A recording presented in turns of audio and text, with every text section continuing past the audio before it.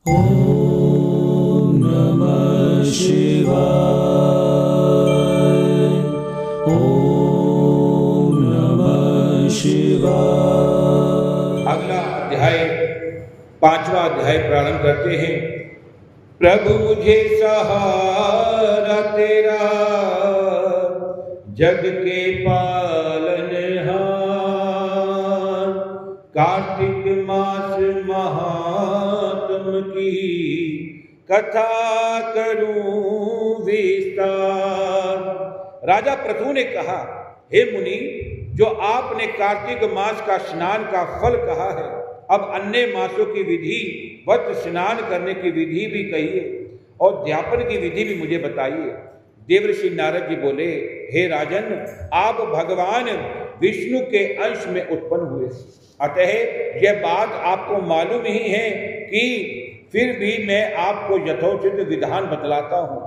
अश्विनी मास में शुक्ल पक्ष के एकादशी की कार्तिक व्रत करने चाहिए। सुबह ब्रह्म मुहूर्त में उठकर जल का पात्र लेकर गांव से बाहर पूर्व दिशा में जाएं। उस दिन अथवा शाम को कान पर जनेऊ चढ़ाकर पृथ्वी पर घास बिछाकर सिर को कपड़े से ढककर मुख में भली भांति बंद करके थूक व मसाज को रोककर मल मूत्र त्याग करना चाहिए।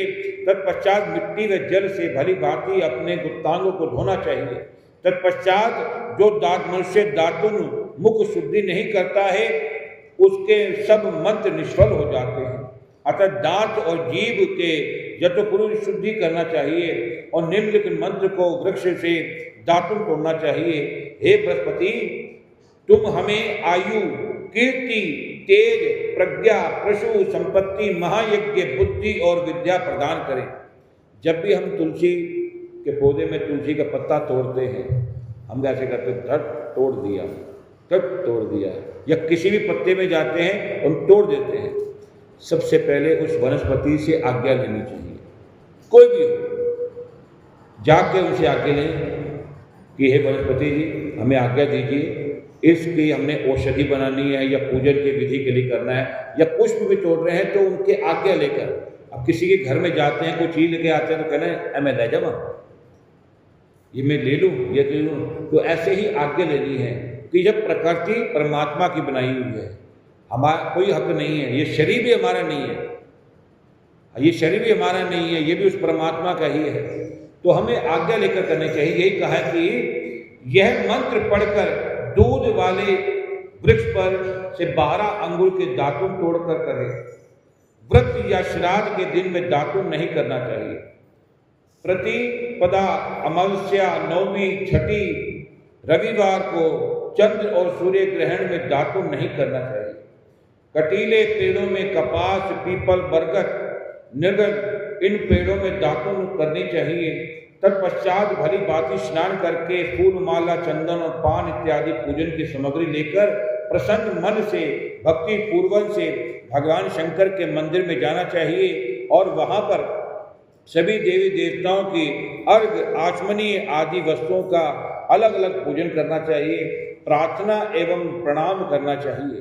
फिर भक्तों के स्वर में स्वर मिलाकर श्री हरि का कीर्तन करना चाहिए और मंदिर में जो गायन भजन भगवान श्री हरि का कीर्तन करने आए हो, उनको माला, चंदन, तांबूल आदि से पूजन करना चाहिए, क्योंकि देव स्थानों में भगवत कीर्तन करने वाले भी साक्षात भगवान विष्णु की मूर्ति हो जाते हैं।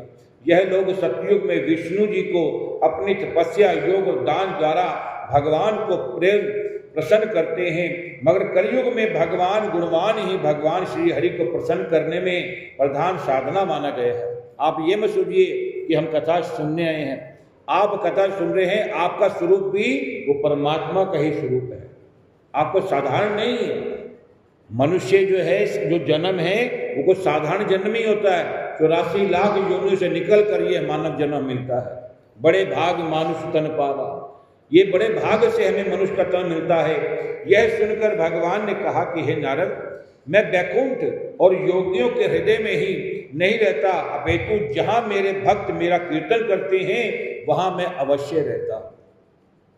क्योंकि सत्संग जो है, सत्संग से ही प्रभु की प्राप्ति होती है। और जहाँ सत्संग होता है वहाँ भक्ति महारानी अपने आप पहुँच जाती है, और जहाँ भक्ति महारानी आ जाती है वहाँ तो नारायण को आना ही पड़ता है। अब राम जी और लक्ष्मण जी को क्या जनक जी ने बुलाया था? जब धनुष तोड़ने के लिए सीता स्वयंवर जी रचा था, राम जी को क्या निमंत्रण दिया था? लेकिन फिर भी पहुंचे क्यों? कारण बना कि गुरु जी के साथ गए थे, लेकिन वो कारण बनाया प्रभु ने था। क्यों? क्योंकि जहां भक्ति होती है वहीं पर नारायण पहुंचते हैं। भक्ति कहां पर थी?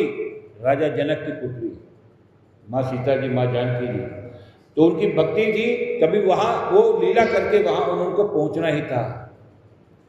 और ये मुझे बताना है कल का प्रश्न कि यहीं पर प्रसंग उठा है कि राजा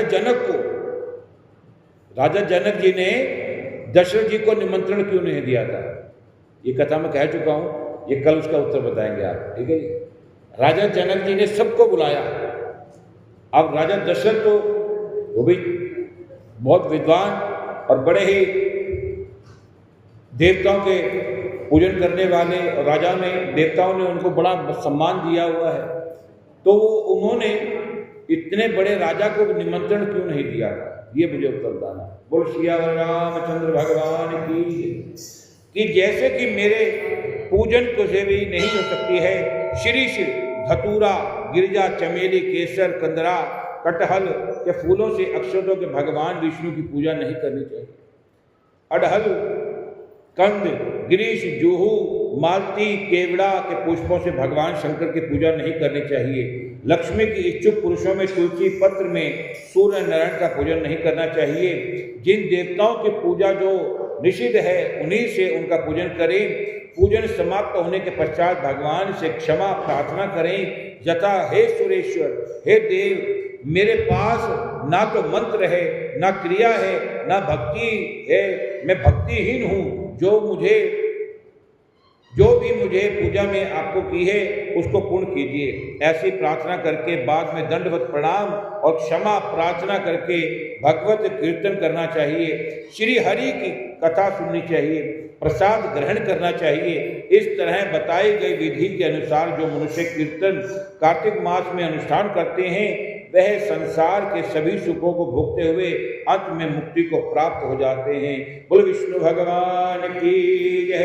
भज मन नारायण विष्णु नारायण नारायण नारायण, लक्ष्मी नारायण नारायण विष्णु नारायण नारायण नारायण, नारायण नारायण।